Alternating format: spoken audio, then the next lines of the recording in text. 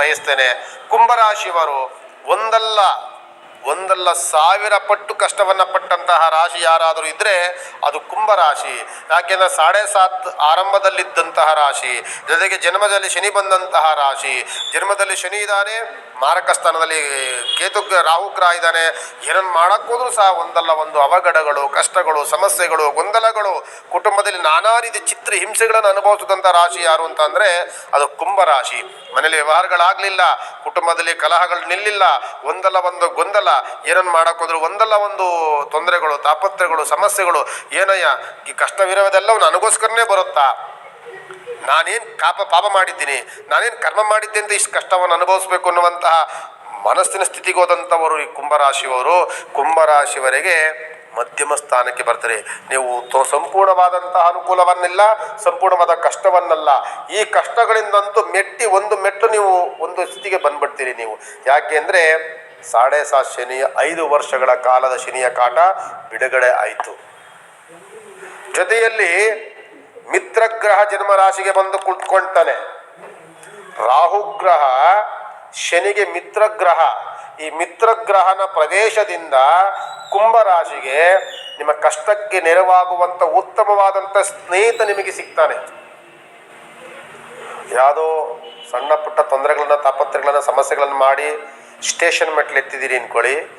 ಆ ಸಮಸ್ಯೆನ ಪರಿಹಾರ ಮಾಡುವಂತಹ ಒಬ್ಬ ಫ್ರೆಂಡು, ಅದು ಉತ್ತಮವಾದಂಥ ನಿಮ್ಮ ಸ್ನೇಹಿತ ನಿಮಗೆ ಬರ್ತಾರೆ. ಯಾವುದೋ ಹಣಕಾಸನ್ನು ಕೊಟ್ಟು ಮೋಸ ಹೋಗ್ಬಿಟ್ಟಿದ್ದೀರಿ, ನಿಮಗೆ ಕಾಸದು ಹಿಂದಿರುಗಿ ಬರ್ತಾ ಇಲ್ಲ ಅಂತ ಅದಕ್ಕೆ ಸಹಕಾರ ಮಾಡಲಿಕ್ಕೆ ನಿಮ್ಮ ಸ್ನೇಹಿತ ಬರ್ತಾನೆ. ಸಡನ್ನಾಗಿ ನನಗೇನೋ ಒಂದು ಸ್ವಲ್ಪ ಸಮಸ್ಯೆ ಆಯಿತು ಅಂತ ಅದಕ್ಕೆ ಸ್ನೇಹಿತ ಬರ್ತಾನೆ. ನಿಮಗೆ ಸ್ನೇಹಿತನಿಂದ ಉತ್ತಮವಾದಂಥ ಯೋಗ ಫಲ ತಂದು ಕೊಡುವಂಥದ್ದು ಕುಂಭರಾಶಿವರಿಗೆ. ಕೋಪ ಕಡಿಮೆ ಆಗುತ್ತೆ, ವ್ಯವಹಾರದಲ್ಲಿ ಸಮಸ್ಯೆ ಕಡಿಮೆ ಆಗುತ್ತೆ. ಜೊತೆಯಲ್ಲಿ ಯಾವ ಸಮಸ್ಯೆಗಳಿಗೆ ಏನು ಪರಿಹಾರವನ್ನುವಂಥ ಗೋಚರವಂತೂ ಖಂಡಿತವಾಗಿ ಆಗುತ್ತೆ. ಕುಟುಂಬದಲ್ಲೇ ಒಂದು ರೀತಿಯಾದಂಥ ಕಷ್ಟದಿಂದ ವಿಮುಕ್ತರಾಗುವಂಥ ಯೋಗ ಕೂಡಿರುತ್ತೆ. ಮನೆಯಲ್ಲಿ ಶುಭ ಕಾರ್ಯಗಳಿಗೂ ಅನುಕೂಲವಾಗುತ್ತೆ. ಶನಿ ಇದ್ದಾಗ ಶುಭ ಕಾರ್ಯಗಳೂ ಆಗಲಿಲ್ಲ. ಜೊತೆಯಲ್ಲಿ ನಾನು ಉತ್ತಮವಾಗಿ ಇನ್ನೊಂದು ಮತ್ತೆ ಅದನ್ನು ಹೇಳಬೇಕು ಅಂತಂದರೆ, ಸ್ನೇಹಿತರಿಂದ ಉತ್ತಮವಾದಂತಹ ಲಾಭ ಸಿಗುತ್ತೆ.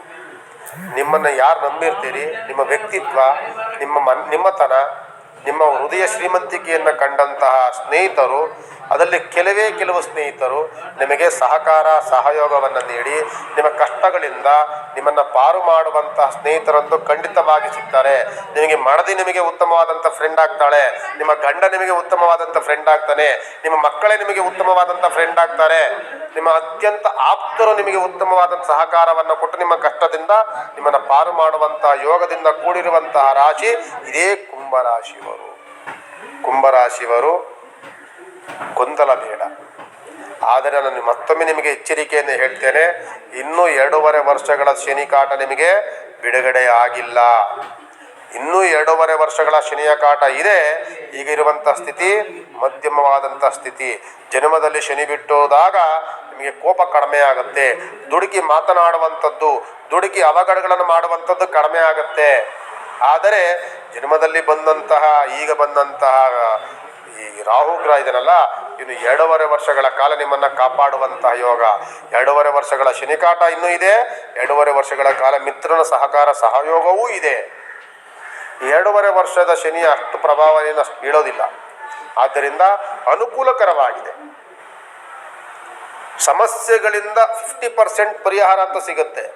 ಎಷ್ಟೋ ದಿನಗಳಿಂದ ನನ್ನ ಮಕ್ಕಳಿಗೆ ಸುಮಾರು 3 ವರ್ಷದಿಂದ ಗಂಡು ಹೆಣ್ಣು ಹುಡುಕ್ತಾ ಇದ್ದೀನಿ ಸರ್, ನಮಗೆ ಸಿಗ್ತಾ ಇಲ್ಲ ಅಂತಿರಲ್ಲ, ಅಂಥವ್ರಿಗೆ ಈಗ ಫಲ ಸಿಗುತ್ತೆ.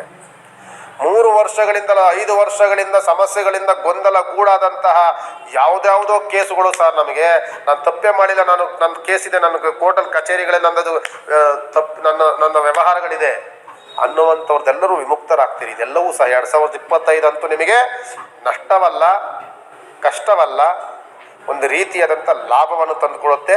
ಅದು ಕುಂಭರಾಶಿಗೆ ಅಂತ ನಾನು ಈ ಸಂದರ್ಭದಲ್ಲಿ ಹೇಳ್ತೇನೆ.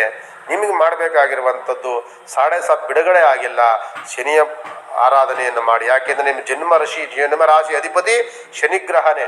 ಶನಿಗ್ರಹನನ್ನು ಅನ್ಯನ್ಯವಾಗಿ ಪ್ರಾರ್ಥನೆ ಮಾಡ್ಕೊಳ್ಳಿ. ಹನುಮಂತ ನಿಮ್ಗೆ ಎಲ್ಲೇ ಸಿಕ್ಕರು ಸರ್, ಹನುಮಂತನಿಗೆ ಧ್ಯಾನವನ್ನು ಮಾಡಿ. ನಾನು ಮತ್ತೊಂದು ಹೇಳುವಂಥದ್ದು, ನೀವೆಲ್ಲರೂ ಒಂದು ಊರಿಗೆ ಹೋಗ್ತಿರ್ತೀರಿ, ಟ್ರಿಪ್ಗೆ ಹೋಗ್ತಾ ಇರ್ತೀರಿ, ಎಲ್ಲೋ ದಾರಿನಲ್ಲಿ ಒಂದು 5-10 ಕಿಲೋಮೀಟರ್ ಆದರೂ ನಾನು ಪ್ರಯಾಣವನ್ನು ಮಾಡಬೇಕು, ಒಂದು ಹಳ್ಳಿಯ ಮಾರ್ಗದಲ್ಲಿ ಹೋಗ್ಬೇಕು ಅಂತ ಅಂದರೆ ಒಂದಿಷ್ಟು ಹಣ್ಣುಗಳನ್ನು ಹಂಪಲುಗಳನ್ನು ತೆಗೆದುಕೊಂಡೋಗಿ. ನಿಮಗೆ ಅಲ್ಲಿ ವಾನರು ಸಿಗ್ತಾರೆ. ವಾನರ ಅಂದರೆ ಕೋತಿಗಳು ಸಿಗ್ತಾರೆ. ಈ ರಾಶಿಯವರು ಕೋತಿಗೆ, ಮಂಗಕ್ಕೆ ಹಣ್ಣು ಹಂಪಲಗಳನ್ನು ಹಂಚಿ ನಿಮಗೆ ಬಹಳ ನೆಮ್ಮದಿ ಸಿಗುತ್ತೆ. ತೃಪ್ತಿಕರವಾದಂಥ ವಾತಾವರಣ ಅಂತೂ ಖಂಡಿತವಾಗಿ ನಿಮಗೆ ಸಿಗುತ್ತೆ. ಕುಂಭರಾಶಿಯವರು ಎಲ್ಲೇ ಕೋತಿ ಸಿಕ್ಕಿದ್ರೆ ಅದಕ್ಕೊಂದು ಹಣ್ಣನ್ನು ತಿನ್ನಿಸಿ ನೀವು.